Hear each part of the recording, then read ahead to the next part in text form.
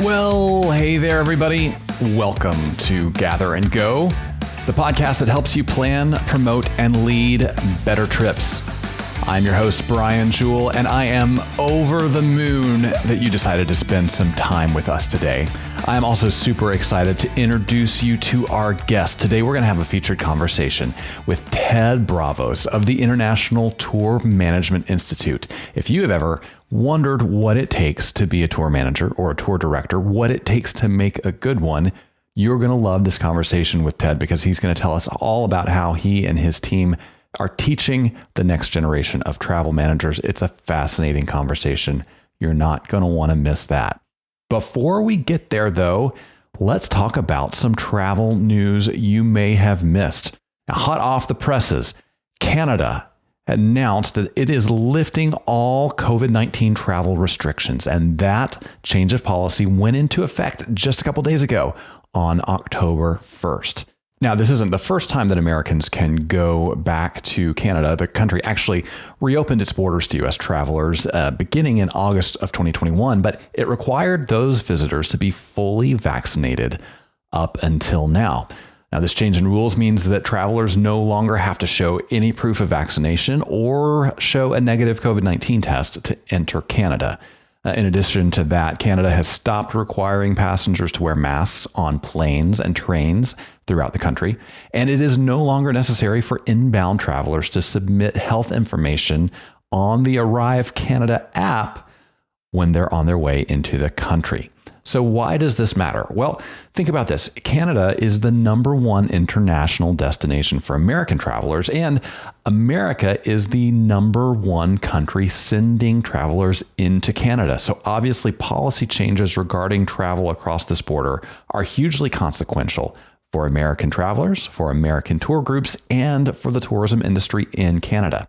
There were more than 14 million arrivals from the U.S. in 2018. Now, that's a pre-pandemic number. Of course, that number went way down. Canadian tourism officials, of course, are hopeful that that will continue to go back up, especially now that these restrictions have been lifted. Now, 15% of Americans have chosen not to be vaccinated. So that means that there's a not insignificant number of potential travelers to Canada who have not been allowed into the country for the past couple of years. Now, this rule change is also significant for the cruise industry because, as you may know, many American cruises begin or end or call on ports that are in Canada. And Canada, for the past year or so, has been requiring cruise passengers to be vaccinated. For a while, Canada didn't allow any cruise ships to come into its ports at all. And then once it allowed cruise ships to come in, it required all passengers to be vaccinated, which was then reflected in cruise lines' vaccination policy. So there is a chance that this change of policy from Canada could trickle down and create changes of policies across the board for cruise lines. Now, obviously, cruise lines have to manage the policies of the various different nations they take passengers to. But this announcement is in line with what's happening in many other countries around the world that have decided to completely lift COVID restrictions for travelers. So I think we could see some significant change in cruise lines' decisions and policies in the coming months as well. Now, if you are fully vaccinated, you have been traveling or able to travel wherever you wanted to for a while now. But for that 15% of Americans, certainly some of those who are your customers or who have been in your groups, for that 15% that chose not to be vaccinated for their own reasons, these kind of decisions are opening the world up again, and that is a win as far as I'm concerned. So big news coming out of Canada this week. Now, before we move on, it's time for the road tip segment of our show. This is a part of every episode where I give you some tips from our team's experience on the road to help you make your travel experiences better for you and for your customers. Today's road tip is something I'm excited to share with you. Tell me if you've ever been in this situation. You are out and you're with a group and you need to get some people somewhere, but that's not where the bus is going. Maybe you have some people that have a little medical emergency that comes up and they need to get somewhere different. Maybe they want to do a different attraction than what you're doing. Maybe they've made some other plans And you have to sit there and figure out, okay, how do I accommodate these people? How do I work this out with our transportation? Do I just tell them to call a cab? How do I make this a streamlined experience? Well, I want to share with you a service that can make that a lot easier. And it's probably one that you're already using. If you are a frequent traveler, you have probably used the ride-sharing service Uber. Well, did you know that you can send Uber vouchers to other people and charge those to your own Uber account? This is super helpful. There are a variety of ways to do this. One is through a service called Uber Events, where you can go into your Uber account before a trip or an event begins and set up vouchers that you can distribute to your participants to pay for or partially pay for rides they might take with Uber. Now, we do this quite often when we host a FAM tour for Group Travel Leader readers. To help people get from the airport to the hotel or to another place on the FAM. We'll actually send them Uber vouchers in advance.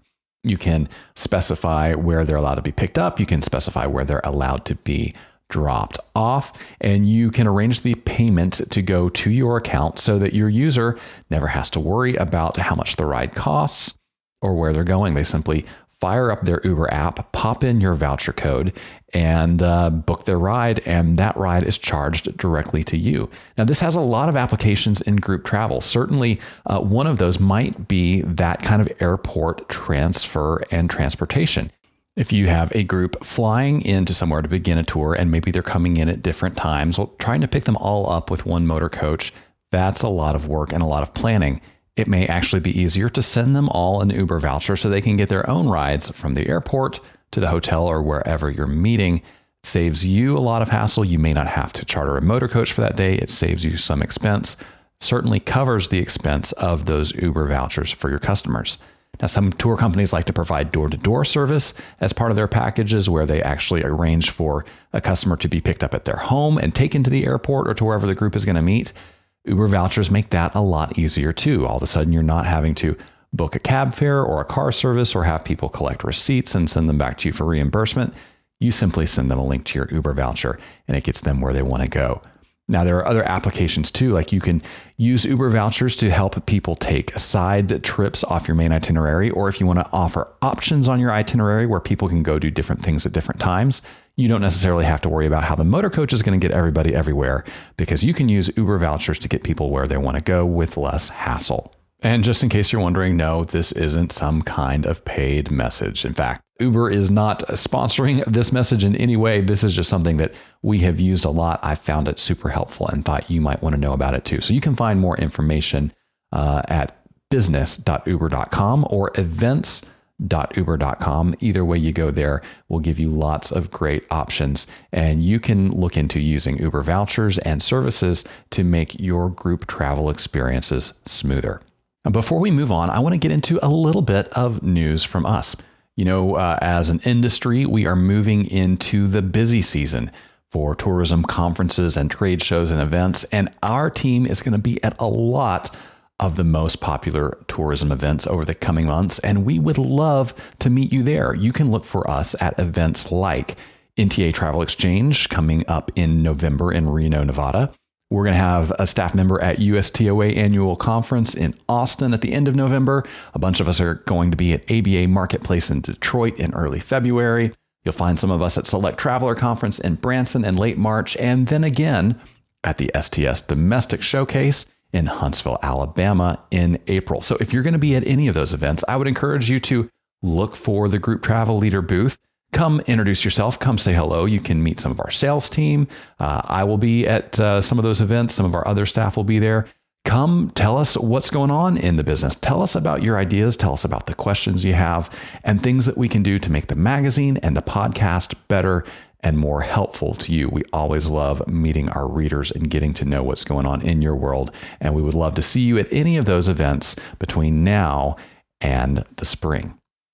Now, it's just about time for us to move into our featured conversation with Ted Bravos. But before we do, let me encourage you to hang around to the end of that interview, because at the end, I want to talk a little bit more about tour directors, how they're compensated, particularly the custom of tipping tour directors. I think there's some ways that we can do that better. That's the topic of the Hot Minute. You won't want to miss that. We'll be right back with Ted Bravos. All right. So if you're looking for even more reasons to make plans to visit Savannah, look no further. From the moment you arrive, you'll be greeted with moss-draped live oak trees, fresh coastal breezes, and enchanting history around every cobblestone street. Savannah strikes a delicate balance between hip and historic, casual but cool, elegant yet approachable. Spend the day exploring the city's illustrious culture, roaming through the green city squares while sipping on your go-to cocktail before hopping a trolley to your next adventure. The best experiences happen when you let Savannah take you along for the ride. You never know what characters you'll meet or what's in store for your next tour. And that's just the way they like it. See why groups of all sizes fall in love with Savannah at visitsavannah.com. All right, everybody. My guest today is a pioneer in tourism who has spent nearly 5 decades in the travel industry. He's the founder of the International Tour Management Institute, America's first accredited educational organization for training tour escorts. When he's not instructing students there, he can be found consulting with tour companies and leading tours in his home state of California. Ted Bravos, welcome to the podcast. Thank you, Brian. It's really good to be here. It's great to have you. So 5 decades in tourism, nearly 5 decades. You've got to give me a brief summary of where you came from, how you got into it, and what you've spent all that time doing. I grew up in an idyllic place up in Sonoma County, which is the wine country today, and went to college at Cal Poly, got a degree in biology. And I remember sitting in our dormitory room the first time John Kennedy said, "Ask not what your country can do for you." And about that same time, the Peace Corps was beginning, and we had lots of Nigerian students. And I really had a fondness for Nigeria and their culture, their customs. So I was going to teach high school biology in Nigeria, and I was just a couple of weeks away from my training session, and I got another invitation from my government to do my very first tour, Brian, to a beautiful country in Southeast Asia, which incidentally happens to be one of the most popular countries in the world to visit today. And of course, that was Vietnam. And I went there as a young, dumb 22-year-old second lieutenant. And I seriously, I said to myself, whatever I do the rest of my life, I had a platoon, about 100 men. And I said, whatever I do the rest of my life better make sense. And I certainly didn't know it was going to be tour directing.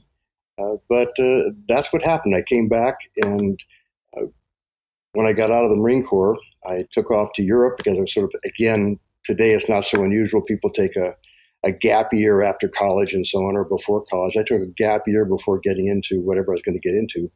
And I went to Europe and now I'm about 25 years old. I bought a 10-speed bicycle, a used bicycle in London, and I proceeded to bicycle across Europe for the next almost a year, visiting about 17 countries. And I want to, just to wrap this up, every time I saw an American tour group and I heard that American twang, I go running off in the opposite direction. I mean, if somebody told me that I was going to be a tour director the next year, and yes, they used to call us tour escorts, but I came back and I was hopelessly bitten by the travel bug, and just happened to be at the right place at the right time. And I walked into the Continental Trailways office in San Francisco. A lady was either desperate or she felt sorry for me. I'm not quite sure which, but she said, "Do you have any leadership background?" And I whipped out my Eagle Scout badge. And I'll tell you, Brian, that Eagle Scout badge, she said, "We have a tour this weekend going to Death Valley." And I said, "Death Valley?" Wow, from Vietnam to Death Valley. I said, "Sure, I'd love to go." And she said, "Don't worry." She said, I'll train you. And that's how people got trained. You're at the right place at the right time. And so in my training program, she announced to the entire group, she said, "Ladies and gentlemen, I'd like you to meet Ted Bravos." We had about 45 people on the coach. They were all about my grandparents' age. He says, I want you all to be real nice to Ted. This is his very first tour." And with that, she gave me the microphone. And Brian, I've led like 100 men in combat, and I lost my voice. I do not like to be in situations where I don't know what I'm doing. And that afternoon, the lady who was supposed to train me had an emergency phone call and had to fly back to San Francisco, leaving me in Death Valley for the next 5 days with all these people knowing they're with a rookie. So what you're looking at is perhaps the first survivor of the sink or swim method of tour directing. But from there, I traveled all over the country, and I loved it so much, and especially our national parks in New England in the fall and up to Alaska. And Yeah, the story goes on about my parents are going crazy, going like, "What's my son doing? He's not just not."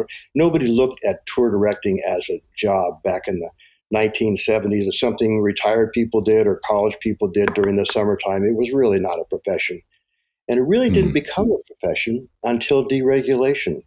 You remember when the mm, airlines deregulated and everything? So did the yeah. motor coach companies. That was right, early 1980s. And that meant now that motor coaches could cross over state lines. And prior to Mm, that time, tour companies could only travel within their state. And you had companies, the monopoly at that time, of course, was Greyhound and Continental Trailways. And when hmm. deregulation happened, now you could have a plethora. And organizations like NTA and ABA and others just began to grow like crazy. And that's about the Wow. same time uh, we decided to start a school. My business partner, Bill Newton, and I, he was just finishing up his doctoral degree at Berkeley, decided to start ITMI. So deregulation, I think a lot of people know about it in terms of the airlines because we read about it a lot when we're reading about aviation and the business of it. But it actually kind of created the opportunity for the tour company as we know it to exist in America, as you mentioned, and it really, in a way, created the opportunity for the professional tour manager or tour director. So I want to talk more about that. But first, I may have put my foot in my mouth at the beginning. So help us sort out the difference between terms, tour escort, which I said, or a tour manager, tour director, tour guide. Are they the same thing? Are they different? What is what in terms of those terms? Brian, there are still companies that will use the term tour escort. And I tell my Mm-hmm. graduates, if they call you a tour escort and they're going to hire you, you work for them. It's just fine. But the term Yeah. today is the term tour director or tour manager is probably most typically used. But some companies like Disney uses the word adventure guide.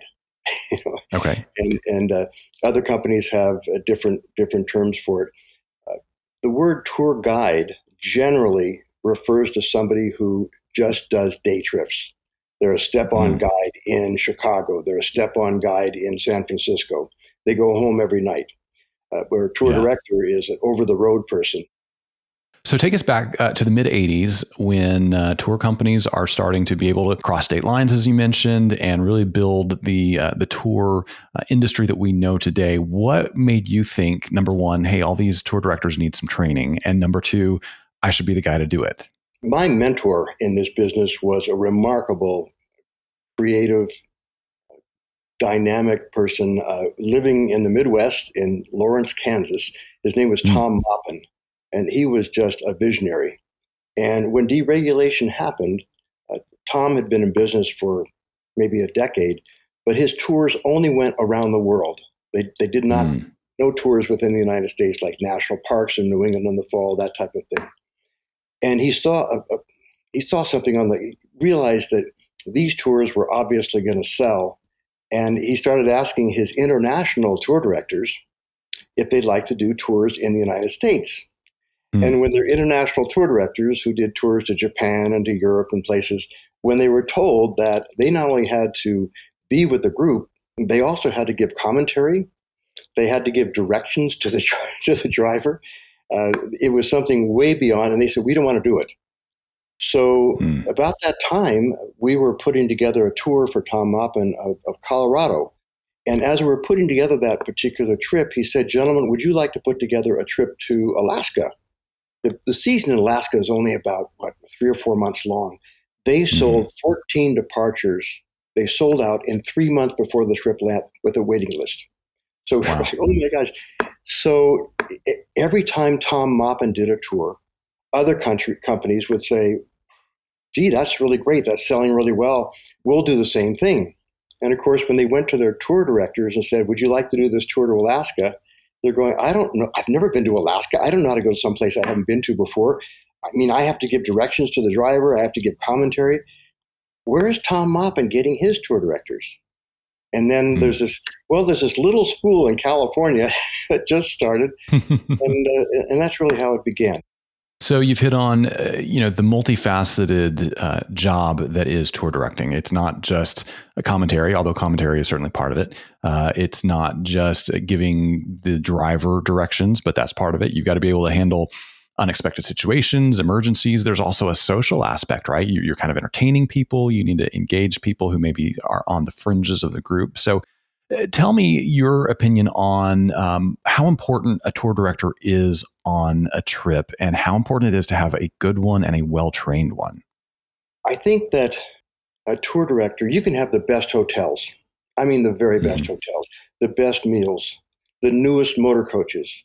You can have an itinerary that's just beautiful. It's not too fast. It's not too slow. There's only one question mark when a tour operator sends out a group, and that's the tour director. So the tour director, they're the business agent for that company. They're also a source of information. Those are the two things that a tour director does the most. And if a tour director does that, they're going to get by, but they're not going to be a standout. They won't be the one that at the end of the tour, people will say, oh my gosh, we need to have that person come with us again on our group tour, or I want to go with that company again, but is there any way I can go with that tour director? Literally, tour directors end up with a following, really a following. They love going very much the same way as they follow a tour company. They find a tour company that they really like, they follow that company. If they have a group leader where they really respect the group leader and the group leader really negotiates a great value for them, and they have a tour that's just terrific, and the group leader really works well with that tour director. This is for longer over-the-road tours. It's remarkable. So if a tour director is a business agent, they're a source of information, great, they'll get by. But the things that really make a tour director stand out will be their ability to set the mood for the tour and to be a congenial host, to be able to get along with any group leader, finding out, does that group leader want to take over? Do they want to be every morning? They want to say a few words? Do they want to get up and talk? You bet they do. They do whatever they want to do. Do they want to do a special run over to a church for a particular service? Yes. I would never do that on a regular tour, but I've watched them. They want to take a special run to the liquor store. You bet they do, that type of thing. Setting the mood, being a congenial host, generating enthusiasm for the trip, motivating people, getting people to stretch, getting people to grow, getting people to perhaps do something they would never have done, never in their whole life. And yes, you nudge them just a little bit. And finally, to be able to give commentary, one of the biggest fears that most tour guides and tour directors have of not having enough commentary. And now at this point in my life, I ask myself, I'm always telling my students when to talk, what to talk about, and when to shut up. Yeah. That's what I'm going to do right now. It's interesting you mentioned that. I have been on many, many tours, occasionally with guides that didn't know when the group was just tired, when they wanted to scroll on their phones for a minute, when they needed a break from the commentary. So that is certainly an important thing to teach people. It occurs to me that a lot of what you're talking about here, we might label soft skills, maybe some emotional intelligence, certainly some social intelligence. So I'm curious, how do you train, or can you train people in those soft interpersonal skills, or how much of it is just something that the person has to kind of come with fully formed? Brian, we have people that are as young as 18 take our class, and we've had people that are 76, 77 years old that are really successful. So it has very little to do with age. It has something to do with experience. But as you're saying, soft skills would be, when we interview people, we go through a two-part, almost a three-part interview process where the interviewer talks to the person for usually 45 minutes or so, or an hour. And then after they talk to one person, then they go back over to ITMI, and now they talk to two more people. And in that process, you better believe it, I ask myself two questions when I'm interviewing somebody. The first question I ask is, if I owned a tour company, would I want to hire this person, to entrust them with my valuable clientele, to make sure that they make sure people get everything they promised and more, and bring those people back happy? So they want to buy more tours from my company. That's the first one. Why would I want to train somebody I would not want to give to one of my friends? Because we have such friendships now with all the major companies and so many smaller companies. These people are good friends. Why would I want to give them a tour director that's going to ruin their trip, ruin their reputation? So that's the first question. Would I hire them? The second question I ask myself, and I think you just said that a moment ago, What, I want to be stuck with them for 2 weeks on a tour, under their direction. And you're going, no, I don't want to hear their voice anymore. So we actually turn down about 50% of the people that take our class, and not saying, oh, you're not good enough for this. We just say, maybe there's something else you should be looking at. So the intangibles, and I think a lot of people that are left brain people still make wonderful tour directors, but it's the right brain people, and nobody is totally left or totally right. But you have to have enough of your right brain, which is your spontaneity and your enthusiasm and your ability to, the thing that people never like to talk about, having feelings for other people, being able, as you said, read people. And I remember I was in a beautiful island off the coast of Malaysia, and we had been on the road for about maybe a week and a half, and my group was exhausted. And the itinerary that morning said, leave the hotel at 8:00, arrive back at the hotel at 5:00 that night. And there was a beautiful beach. Oh my gosh. So I said, ladies and gentlemen, this morning, we'll be leaving at 9:00 this morning. We're going to be back at the hotel by 1:00. You'll have plenty of time for lunch. I made sure they saw everything they were supposed to see. But I told our local guide, we must get these people back by 1:00. And everybody cheered. And just as you said, it's being able to read the group and have those skills. Most people who are accepted to ITMI have the skills already. They've been in business. They know how to work with people. They've raised a family. Now they're an empty nester. They're early retired. They're going, I really miss that part of the business, working with people, and on and on. So are you saying that the person who loves being on a stage and loves being the spotlight and loves having a microphone may actually not be a great fit for being a tour director? Oh, no. There are some people that really try hard, and maybe too hard. And I say, you're not being yourself. We've had a lot of actors and actresses take our class. We even had a couple of Hollywood producers and directors when we used to teach our classes down in Hollywood. And I see a lot of the actors being somebody that they're not. They want to memorize a script. They're not, it's not who they are. It's not, if I get them aside, I'm going like, this is not how you talk to me. I want you to talk in a natural conversational style. And one of the actors, actually one of the producers that we had in our class years ago, he said, a lot of being a good tour director is you are the producer, the director, and the writer, and you star in your own play. And that's what's really joyful about this. You learn when to talk and when to shut up. So you get these people in, you've interviewed them, you've decided they have sort of the innate people skills to do this kind of work. So when they enroll at ITMI, what are the core things that they're going to learn with you? I tell the class at the very beginning, if you're here right now, most of you have the skills to be a tour director already. And that's pretty shocking. Wow, I paid all this money. I'm sitting in your class and I already have the skills. They do. They have the skills already. What we do is show them how to use their skills for the best practices in this business. It's not the same as running a company. It's not the same as being a nurse. It's similar, but we're showing them the best practices, the skills they need. And a lot of times during the class, people go, oh yeah, I know what he's talking about now. Especially the part of the class that I really like is the psychology of group travel. That's one of our top parts of our business, and using some different methods, 2 or 3 different methods for that. I think the method that we use, I'm a Greek American, and I always like the Socratic way of learning, that a lot, in fact, most of our classes are hands-on. It's hands-on training. This is what the Greeks did. This is what Cal Poly in San Luis Obispo is. Their motto is learn by doing. My motto here is learn by doing. 50% of our training is hands-on. And that gives people the second thing they need. They may have the skills, but they don't have the confidence.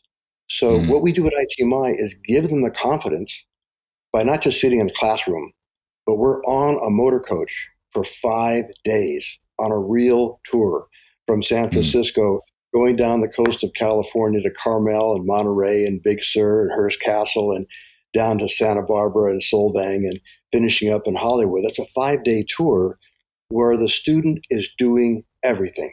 In other words, they have a section for the next 15, 20 minutes. This is your section. We tell them in advance, and then give them some coaching. And then when they have that particular section, they're the ones that are pulling in the commentary and the knowing when to talk. One of the things that some tour directors just don't know how to use today for a couple of reasons. One, they're afraid of it. The other is they overuse it, and that's technology. You can really use technology beautifully on your tour if it's done with common sense. So the first thing we do is give the people the skills. The second thing is help them to develop confidence in this business, to give them the courage to do this. The third thing we do, and the final thing we do, is help people get jobs.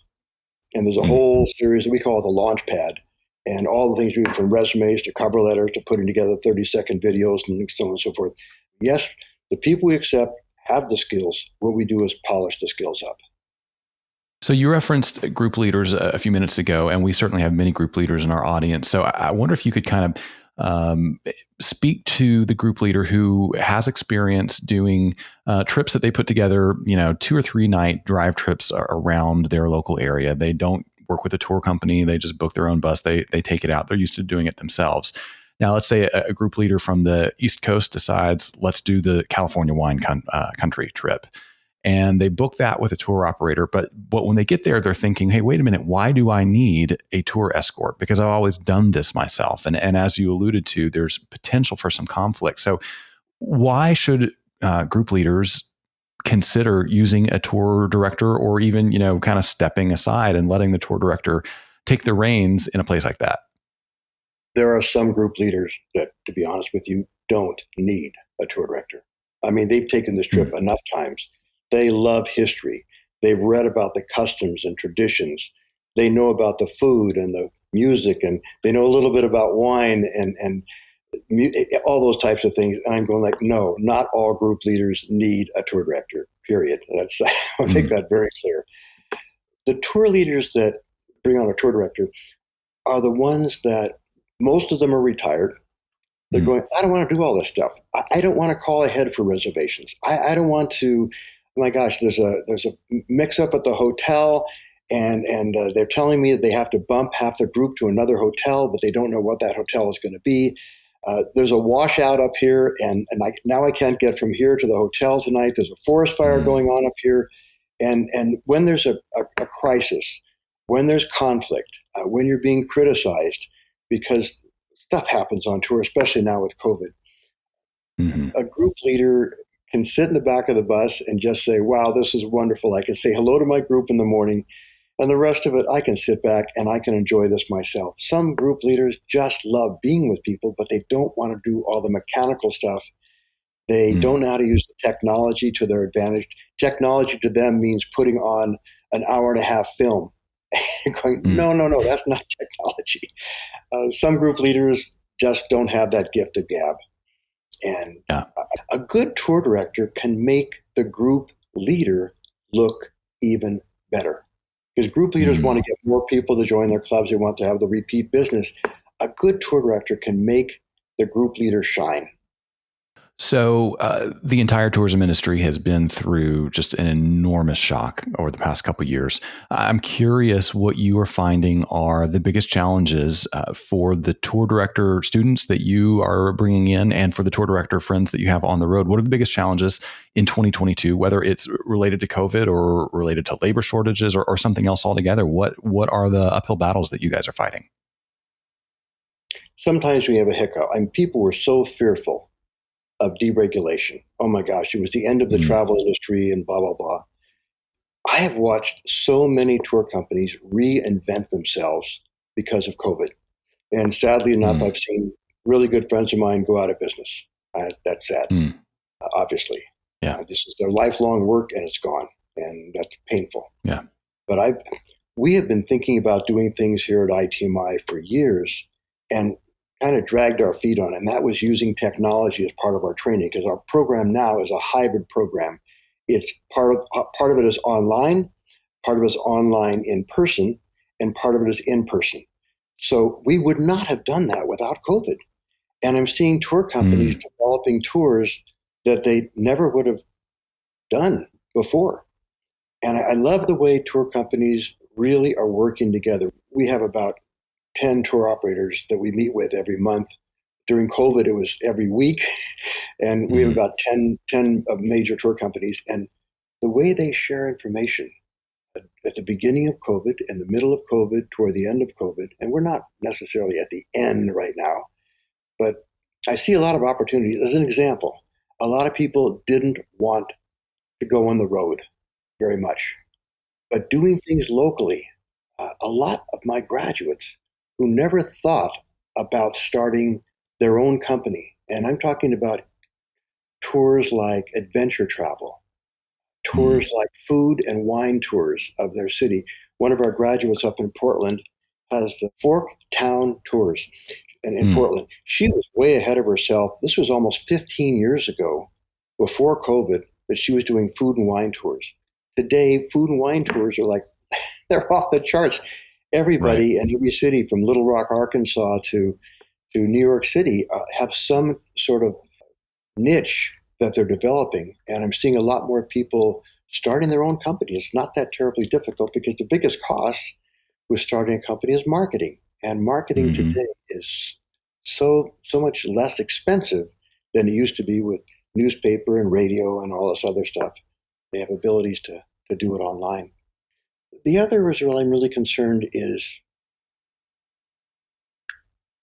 our bent in America and capitalism. And capitalism has done some wonderful things.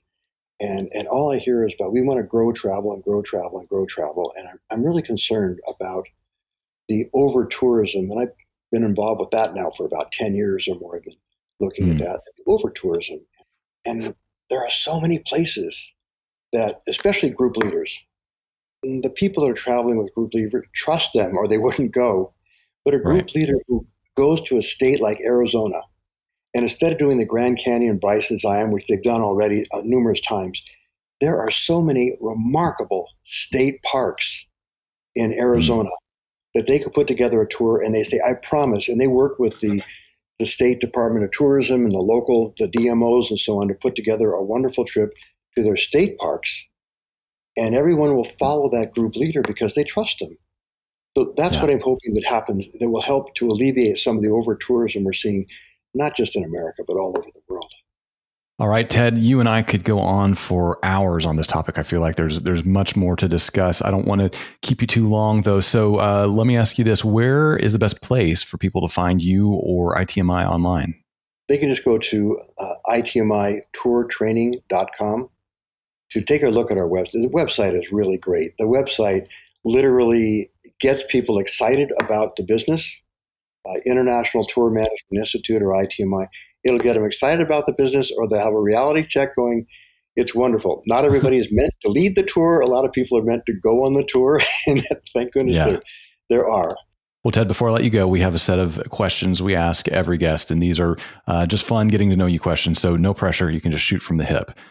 First one, are you a window seat person or an aisle seat person? Whoa! On an airplane, I'm an aisle seat person. On a motor coach, I'm a window person. Yeah, makes sense. Next, what is one thing in your carry-on that you would never travel without? That's great. Probably today, I'd say my cell phone. I mean, I hate to say it, but that thing is such a great resource when people ask the questions. I mean, things like today, somebody, what's that plant over there? And I can tell them that flower, that plant. I can do a thumbnail sketch in history. So we used to carry around a box of books.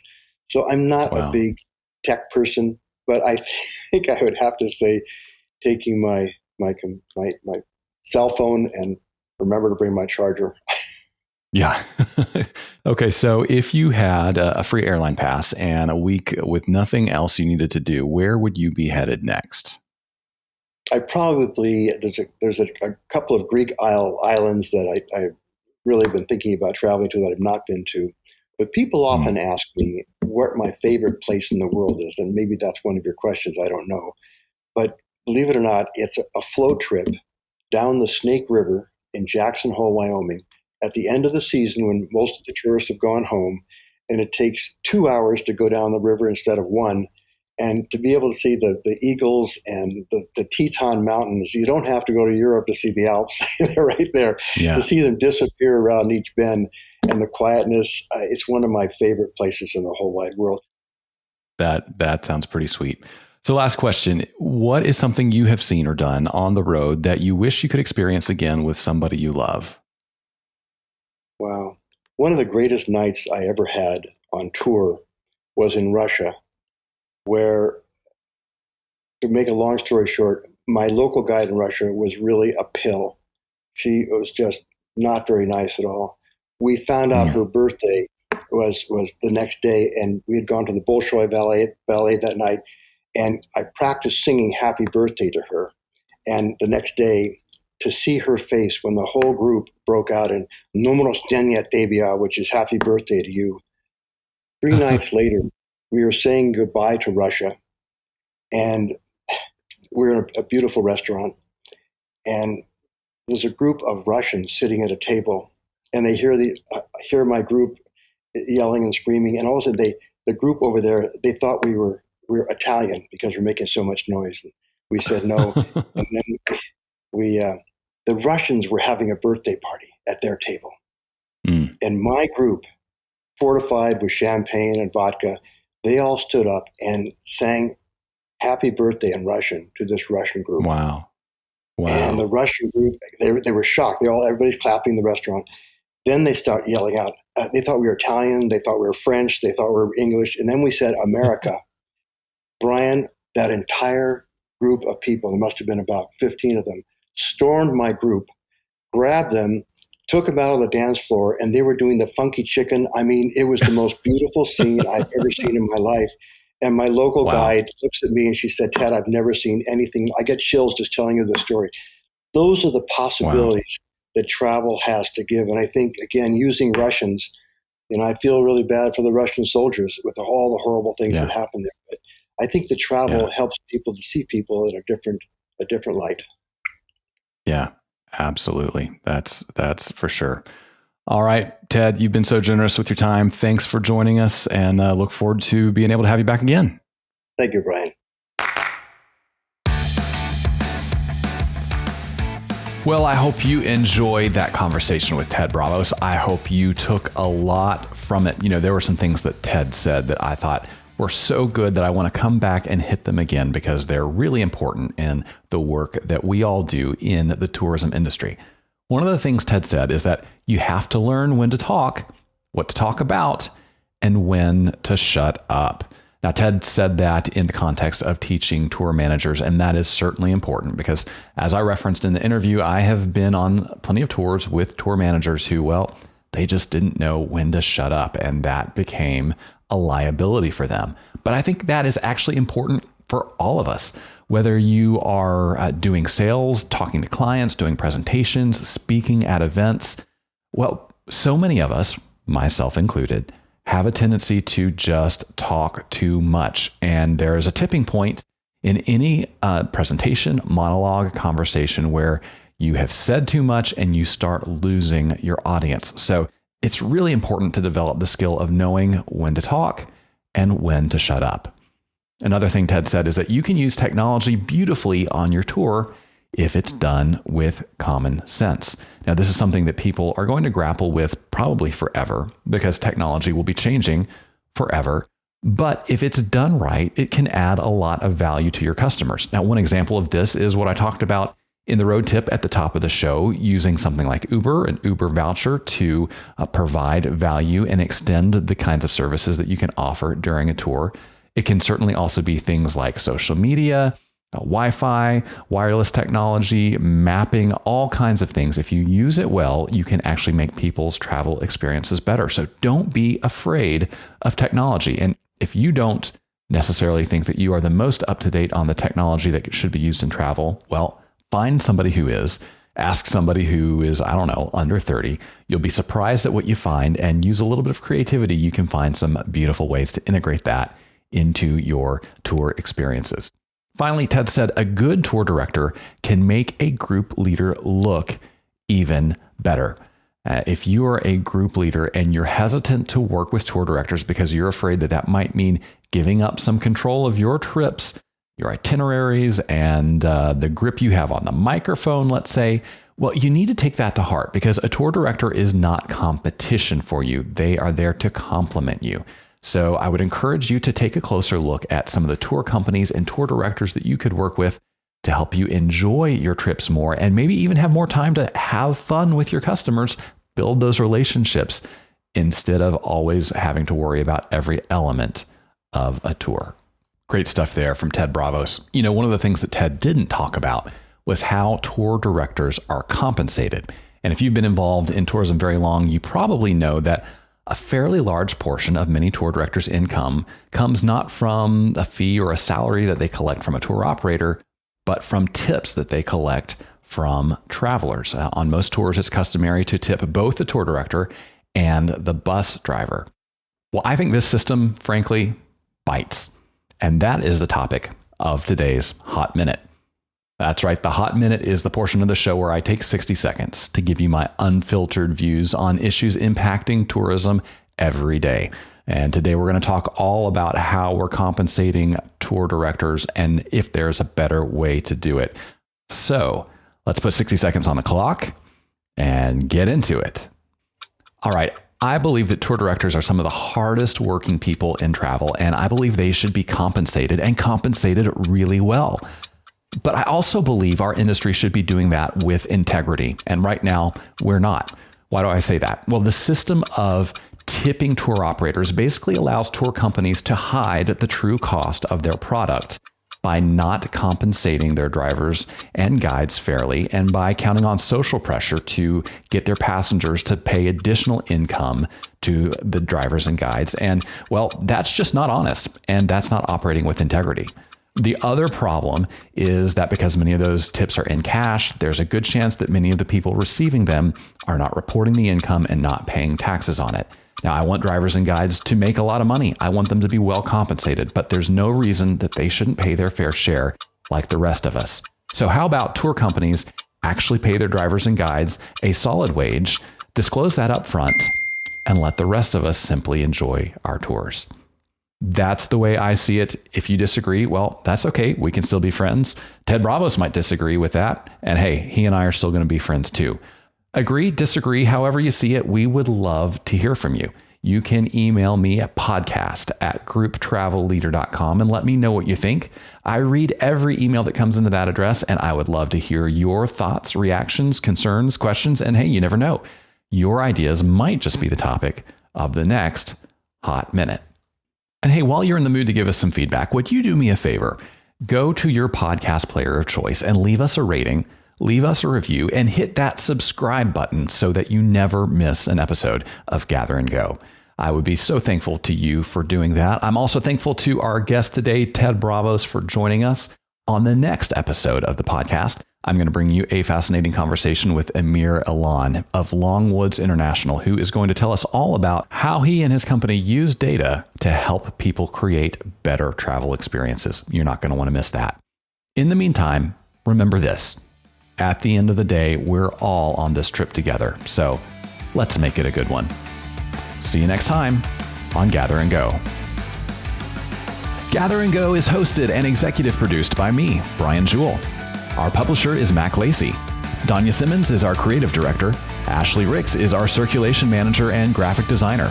Our sales team is Kyle Anderson and Bryce Wilson.